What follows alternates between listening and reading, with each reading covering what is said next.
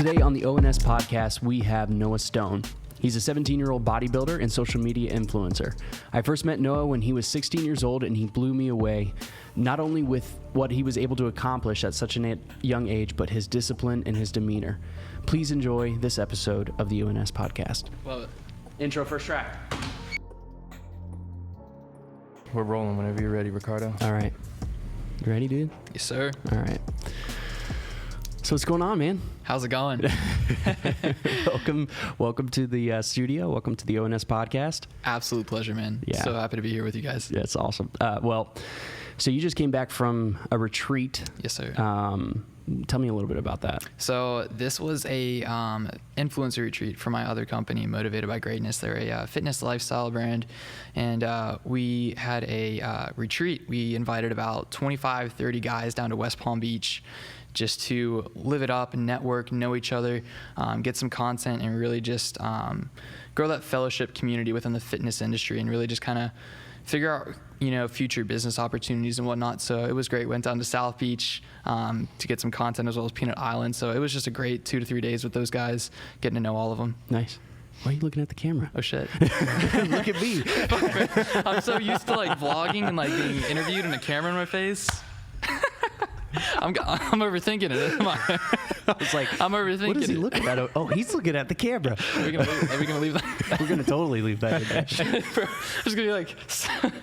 The best line is that he's like, I'm just used to looking at a camera. Well, yeah, man. I'm always holding my phone, or somebody's taking a picture of me. So no. Keep it right here, man. All right. We're having a conversation. Overthinking it once again. No. That's not it. That's not it. All right. Literally, we just got. Noah got here 15 minutes ago, so we threw him right into the fire. Let's do it. So for those of you that don't know, Noah is you were like one of the first few athletes that O&S brought onto the brand. I believe it was right after Orlando and Morgan.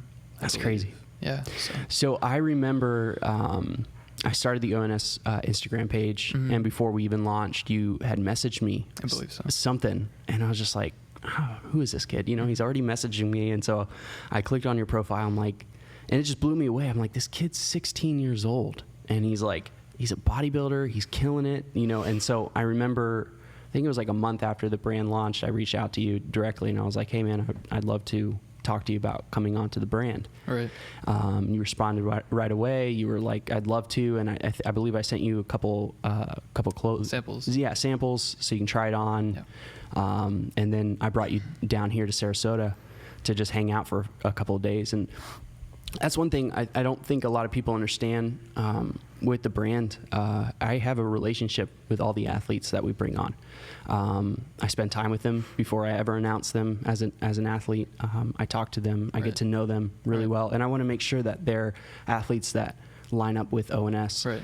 And then spending that, I think you were here for a weekend or something like that, a couple days. 2 days. And I was just like, yeah, this kid's got to be a part of the brand. I just got to have him. You motivate me at 16 years old, and I'm 29 years old. It's a blessing. Thank you. So tell me a little bit about what got you started in bodybuilding and growing your online presence on social media. What really kind of sparked that interest? For sure. So I got started with bodybuilding about 2 years before I started my Instagram. So started bodybuilding when I was about 13 years old, just after my 13th birthday. So it was back in June of 2016, if I'm not mistaken. So 4 years ago, I was just sitting on the couch one day. Dad asked if I wanted to tag along to the gym, and went to the gym, did the workout, and it didn't really hit me till the next day. I felt sore, and that feeling of soreness just kind of sparked a little light bulb in my head to go off of wow, I actually did something to promote growth within my body. And it just became an addiction from there. It started flowing. And it was actually a year later, I found Christian Guzman. Okay. And his summer shredding event, the first one ever, it was an online shred competition. So I was like, ooh, this is cool. This is I can push my body to its limits, see what I'm made of at, I was 14 at the time. So I was like, let's do it. So hopped into a 12-week prep, lost about 27 pounds, didn't place anything, but it was just an overall great experience. And that right there kind of just sparked me, because with it being an online competition, I started my Instagram at the beginning of it, didn't really use it much. I maybe posted like 3 progress pictures during that whole duration of 12 weeks. So it was like 1 post a month, and just was kind of playing with it. And after the competition, I just, how could I say it? I just found a passion for kind of reaching out and connecting with people on social media. I love to be able to help them work with them hands-on to kind of just improve their lifestyle. And with that being said, like, I just kind of wanted to reach more people, right? So I came across my good buddy Noah Plitt, and he was working for an organic marketing company at the time. And you know, with that being said, he kind of had to sell me on the package. So I sold it, took the leap, invested $300 in this whole organic marketing thing. And my first month, it just, with all the connections and leads it brought me, it was great. And continued with that for about a good year to continue just expanding, growing those networks of people. And yeah, it just kind of snowballed on from there. Started looking for ways to improve my content, improve my personality, and just build myself as a young fitness influencer, I guess, if you want to put it that way. Mm-hmm. And yeah, I guess that kind of leads me to where I'm at right now. So like your circle of friends, like I obviously I've been out of high school for a very long time. So I don't know what like the culture is now with kids your age. Right. But is there more of that culture, like that fitness culture that's happening at a younger age? I would definitely say so. Yeah. I definitely say so. Within the past 2 to 3 years, the young teen aesthetics revolution, I guess you could call it, has definitely blown up. I mean, there's new people coming to the industry every single day. Yeah. That are, you know, blowing up and everything. So I definitely say yes, sir. Because sure. I mean, oh, and by the way, I forgot to do something. We got Morgan Alley. Yeah. One of the O&S Athletes. He's the producer for today's O&S podcast. You're going to see him a lot more on future episodes. Morgan, you want to say something? How's it going?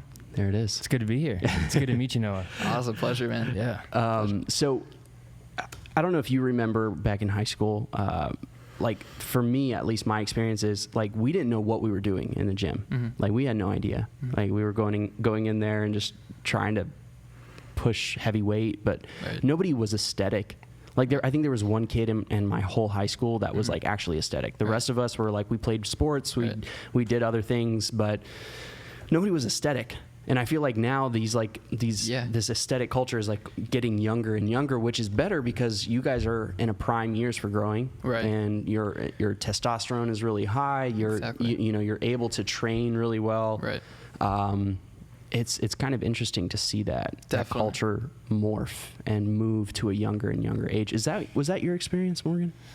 Yeah, that was exactly my experience. I definitely, like, it was just kind of, you jump into the gym and mm-hmm. like there was no protocol, there was no nothing. It was just sort of, it was kind of a free for all in there. So like, although to our credit, we didn't have YouTube.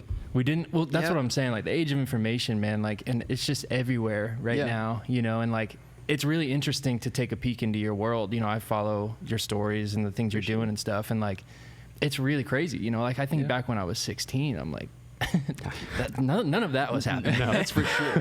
Digital day and age, I tell you. Yeah, I think that's what blew me away when I first met you. I'm like, if I had like half the motivation this kid has as 16, mm-hmm. I'd be so much further along yeah. than I am now. Yeah. And that's, like I said, that was one of the reasons why I just was like, I got to get this kid on the team. Like he inspires me. So what is your training regimen? Like, okay, so you said your first day in the gym, mm-hmm. Your dad, I got to meet him when you guys first came down. He's an awesome guy. I mean, he does like trains MMA. Yeah. And he's really in shape, and he's into it. He's a really cool dude. He's into it. And so you had like a perfect launching pad. I did. You know, your father brought you to the gym. He taught you, the all right the moves. So everything. like, would you start off with like a full body workout? It was like I went to the gym like 3-4 days a week, just like very light, maybe like 4 sets per exercise, just super light, getting the feel for the movements and everything. And that went on for about a good month, and everything. And yeah, he basically just taught me, how to control the weight, really just focus on proper form rather than just pushing and lifting heavy weight. I don't want to get injured or anything like that. So he's definitely, how can I say it, very protective and cautious when it comes to working out. You know, he's in it for the longevity run. So, you know, it's not about how much weight you can push, it's about how you lift it. So he kind of implemented that in me and everything like that. And yeah, it was What great. does your training regimen look like right now? Right now I'm training 5 days a week, Okay. for about an hour and a half a day. And yeah, doing a little bit of cardio about 3 days a week for 20 What does minutes. your cardio look like? So 20 minutes of moderate intensity cardio on the Stairmaster, level 10 to 12, and that's what's up. Okay, Cool. nice. And then what is your split right now? Split. So I'm running a push-pull legs, shoulders, legs. So trying to bring up my legs. Just hopping on this routine here. So I'm about two weeks into it, I believe. And yeah, but legs, definitely trying to bring those things up for sure. Yeah. Always needs some work. No, unfortunately it was the exact opposite for me. Like my Really? legs just blew up. Oh, and that's and a my gift. upper body, I always struggled to get like bigger and bigger. Right. That's a gift. I don't see it as a gift. No? It's not a gift I when you mean, have a hard time they- finding pants. Oh, I tell you. No, I mean, if you keep up with the Instagram memes or whatnot, it's just everybody's like, hate leg day, you know, chicken legs, you know, nobody, everybody, you know, skipping calves. It's just a whole, like, it's a whole meme. There's maybe like 5% of dudes on Instagram that have like decent solid legs. Okay. So it's a gift, at least in my world, my perspective of Chase things. Petty's got some good calves though. Oh, that dude is a His freak. his He's a calves are freak. I don't know why he doesn't put out a calf, like a tutorial? program, Yeah. like a program for it's Calf insane. program. It's like two hams sitting on the back of his legs. It's just huge. If he put out a program, he'd make some bank. I mean, people always want to grow their calves. He would, It's man. always a lacking There's a body good part. amount of genetics in there. I don't touch my calves and they're huge. So I think he's got the same thing. Yeah. What is so? Are you rotating your training program?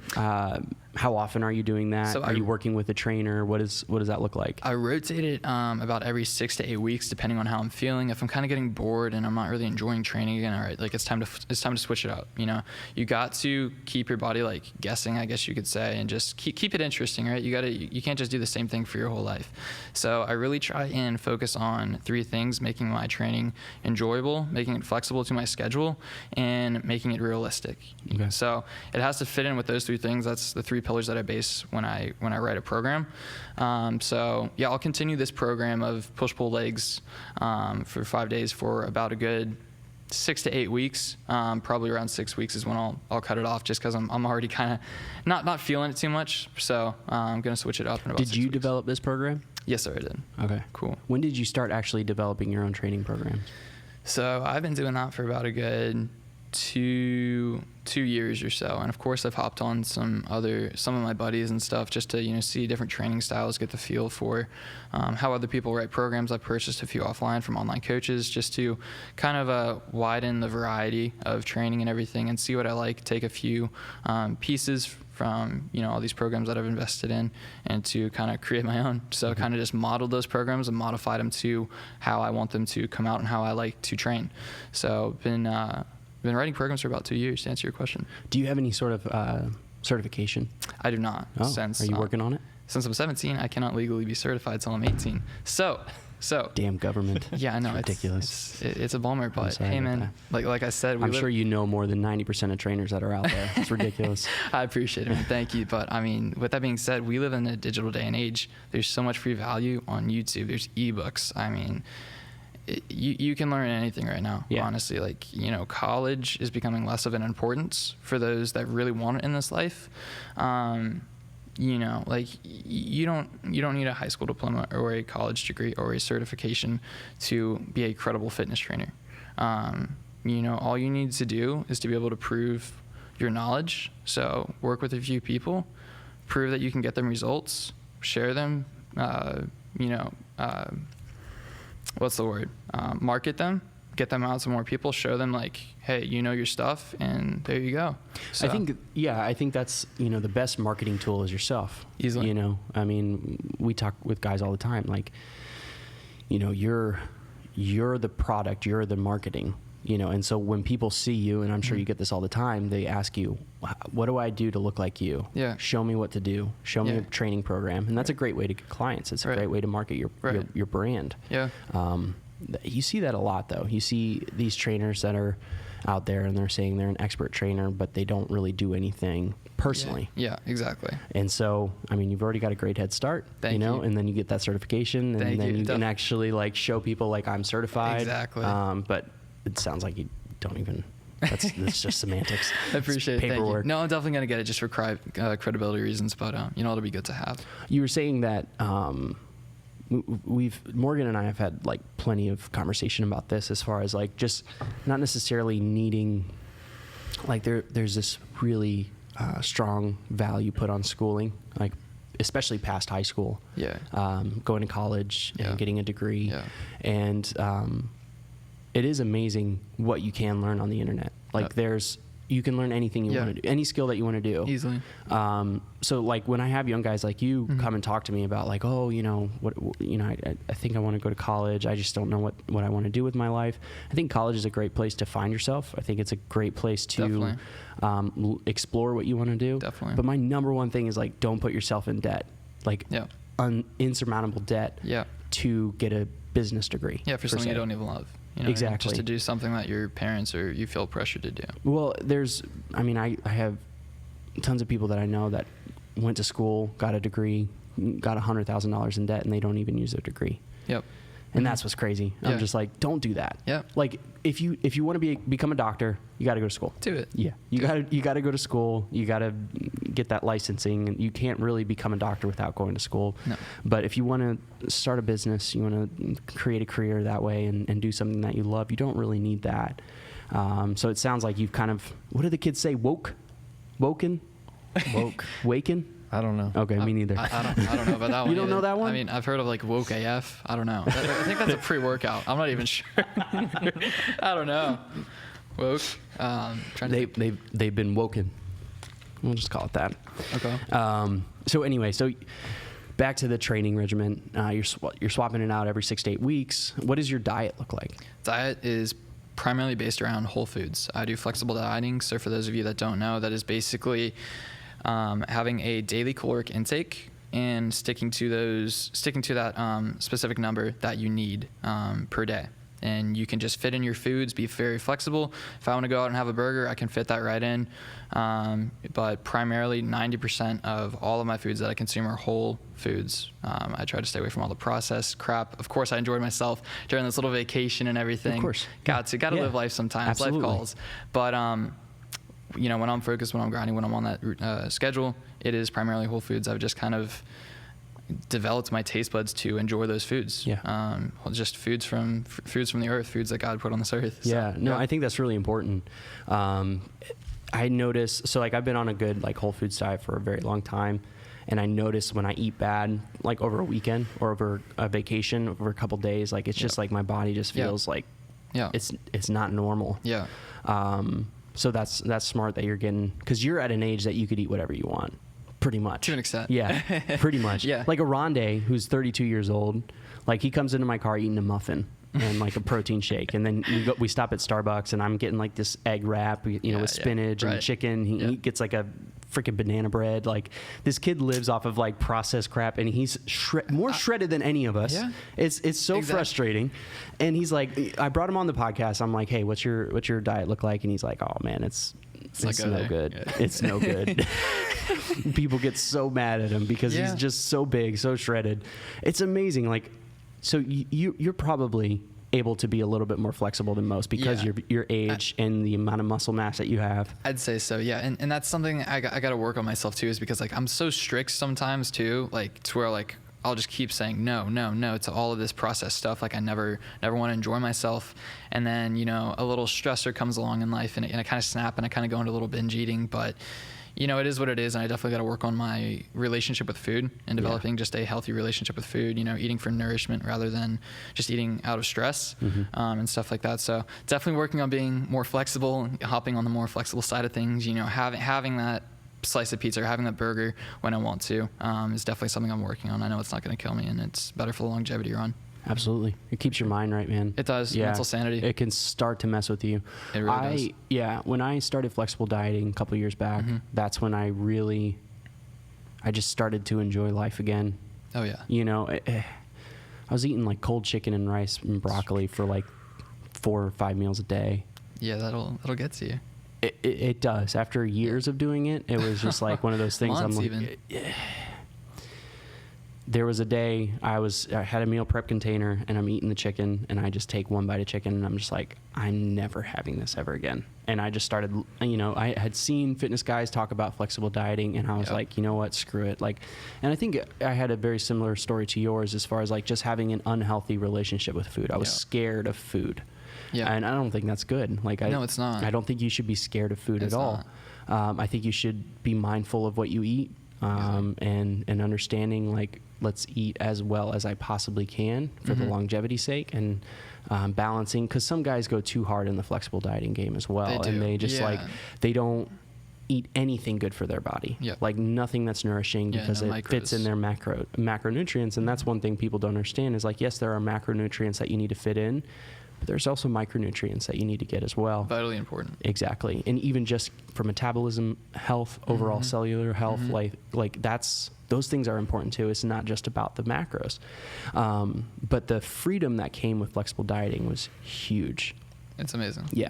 So are you tracking like all your weighing and everything? Okay. Yeah, nice. I even weigh on a bulk for sure. What have you noticed as far as like your physique and your overall lifting, and have you noticed any changes in that? So I've been actually flexible dieting my whole lifting career, I guess you could say. I've never been on a strict meal plan regimen. I've never like been like, okay, eat this and this and nothing else. I've never really followed that, so I can't really speak on that just because I don't have any experience on that. But yeah, one thing that really kind of, I guess, not to focus on the negatives, but kind of, how could I say it, just gave me that little struggle with my relationship with food was after I got off that 12-week cut for summer shredding was, I was focusing on whole foods and everything, flexible dieting and everything, but really just focusing on whole foods, barely having any cheat meals. After the event was over, I really just let loose and just ate everything for like 2 weeks. I think I gained like 24 pounds back in 2 weeks. Like literally it was insane. You just went opposite direction. Yeah. And I told myself day after day after that competition, like, okay, like, all right, this is it, right? This is it. But then it's like, I felt weird, and I would try and fast for a day or two, just to like, get rid of the guilt, right? To kind of like bounce it out, and it just kind of snowballed a little bit until I caught myself, and I was just like, okay, this has to stop. It's like this can become a severe eating disorder if I let it. Well, it sounded like you were like punishing yourself. Yeah, because it was my first time doing a competition. I was done. I had a coach at the time. We parted ways after the competition. Like, great, we did it, split ways. And I was just kind of left like, what now? Yeah. Like, okay, cool. I got shredded. Now, I guess it's time to build muscle, but I wasn't really sure how to go about it. Of course eating, but I wasn't sure how to reverse diet, how to properly ease my way back into a caloric surplus, into a healthy caloric surplus. I just literally, the night after I took my little online video and submitted it, I just went to Five Guys, went to Costco. Where else did we go? What'd you get at Costco? Costco, dude, they got the muffins and like pastries and stuff in. Dude, those muffins are like 700 calories a piece. Smashed about like 3 of them.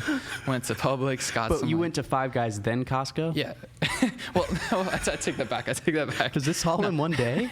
Oh yeah, man. I had 9,000 calories that day. No, I'm sorry. It was just over 10,000 calories that day. Jeez. Did you throw up? The morning after, yeah. I bet. Yeah. I was so dehydrated the morning after. It was literally like a hangover. It was terrible. But Mom went to Costco first. 3 muffins. That's Mom, I tell you, man, you got to try it. Don't knock me for him. But Mom went to Costco first, picked him up, and gave me some on the way home. And then we stopped at Five Guys and Krispy Kreme and all that stuff, and just went at it, man. And then went home and just tore the pantry apart. I was just like, oh, it's here. It's like just enjoying everything, and that's fine. You need to you need to enjoy yourself for those few days after a competition. It's good for your mental health. But once you let it start to like get the best of you for days and weeks, then it becomes a severe issue where you start putting on all that fat and you start looking, fluffy, and the self-confidence goes down. That's when the bad relationship starts, and that's what I let myself do because I didn't know any better. So how do you avoid a bad relationship with food when your life, your career is dependent on your physique looking a specific way? Because I could let my body go down. I own a clothing company. Yeah. Like, you know, I don't have to be in top physical shape. Like, Right. be show ready. Right. So how do you balance that? So it all comes down to having a healthy relationship with food, being flexible. You know, like if you and the guys want to go out for dinner, go out to dinner and enjoy yourself. Don't try and always pick the healthy option. Like, one meal isn't going to kill you. So it's really finding that balance. You have to know your body, know how mentally strong you are as a person. It's like, okay, how long can I push this off for without snapping? You got to find your limit. It's going to take a lot. What do you mean by that? How long can I push what off for before snapping? Push temptations off. Gotcha. Of like bad food. Like, you know, how long can you say no to going out to pushing off all these crappy, you know, foods and stuff, the comfort foods. Mm-hmm. So you got to find your limit. Once you start to feel yourself like kind of getting stressed out a little bit, I tend to get it's like after I push off, it's like, oh crap, it's like the temptation came up again. It's like I try and get right back into my routine, but I'm always constantly thinking about it. But yeah, just learning to enjoy yourself when life comes along, you know what I mean? So would you say like you'd rather live a life like, say your week, you know, 7 days, you know, on Tuesday night I'm going to go out with the guys and get a burger, or, you know, and then, you know, Thursday night I may have, you know, a Krispy Kreme donut, or Saturday I'm going to have, you know, go to lunch and not really care what I order. So it's like it's sprinkled into your week as opposed to like a Nick Dompierre 10,000 calorie cheat day. Right. So I mean that's the beauty of flexible dieting. You can choose what you want. If you feel like you can stick to a whole foods meal plan for a whole week and enjoy yourself on Sunday, then do that by all means. But if you feel like you need a little sweet every day, if you have that sweet tooth coming into your life every day, then go ahead and have like a donut or two within your day diet or whatever. So it really comes down to the individual and what they want. Yeah. Have you tried a 10,000 calorie cheat day? So before, because you know Nick, obviously that's how I met him. It was through you. Yeah. Nick, what a guy. So as I mentioned before, the day after I sent on my video, I ate about, I think it was right at like 10,000 calories, and I haven't done it since. Did you make it? Did you get to 10,000? I tracked everything I ate the day of, and I believe it was like 990, I believe 9,990. It was like right there. Yeah. But I haven't tried it since. No. I mean, I've had some days probably close to like 6,000-7,000, but I've never tried to push 10,000. Yeah. Well, Nick, you know, he has a really, really clean diet through the week. He'll do the cheat meal. Right. And then like the cheat day, cheat day, 10,000, 20,000, 15,000 calories. And then he'll fast. Right. I think Sunday and sometimes into Monday as well. So he's kind of developed this like rhythm that really works for, I mean, he's in his 30s as well. He's shredded and he's big. Like, and he's a monster. He's a monster. Yeah, have you seen some of his lifting videos? Oh shoot. Yeah. He's a freaking beast, man. It's insane. So he just, I mean, I definitely think that there's not a one size fits all when it comes to this whole game of like trying to bring your physique to a certain level. I think you can do it a variety of different ways. I mean, easily. You got these old school guys in the gym that are like, nope, you need to eat buckets of chicken and rice and broccoli, and that's all you need to eat. Yeah. And they look at tracking macros as almost like a chain. Yeah, it's like a cookie cutter routine almost. Yeah, but they'll be like, well, I don't want to track macros, so I'd rather just eat this way. And I'm just like, okay. And you're lost. You're lost. If you exactly. can stick to it, by all means, go ahead. Exactly. But you're lost. Just saying. No, I think that, you know, there's more than one ways to skin a cat. And for myself, I do fasting and flexible dieting, and it seems to work. There's so many different roads to success in life, and as well as with your training, with your nutrition. You really just got to find what works for you. You know, there's not really any right or wrong way to do it. There's no like, you know, certain program that works for everyone. You know, everybody has different lifestyles, has a different mindset. You know, they got different things they want to do. So you have to base training and nutrition around your lifestyle. So don't try and follow someone else's routine that you can't stick to. You're just going to fall off. It's got to be custom tailored to you. I think that's where a lot of people fail. And that's where I failed as helped with a couple people with nutrition, and I was trying to fit what I was doing into their life. And, you know, some of them were professionals that were like, listen, I'm in meetings all day. I can't eat 6 times a day. Right. I just can't. Yeah. Like, that's not something that I can do. And so, but I was like, no, there's only one way. You got to eat 6 meals a day, and it's got to be this type of food, and that's all you can eat. And it's like, you learn a lot.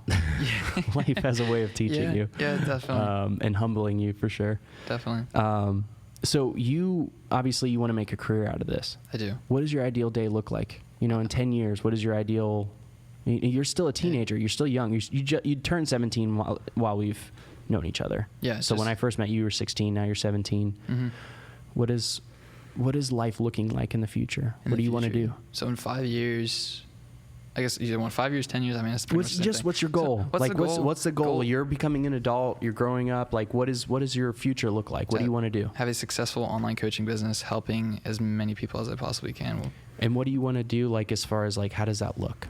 Like, so specifics. Like specifically. Yeah. So with the lifestyle side of things or business. Yeah. So for lifestyle, I see myself down here in South Florida. I'm currently up in Tallahassee. There's not much there besides, you know, business, law, and like medical.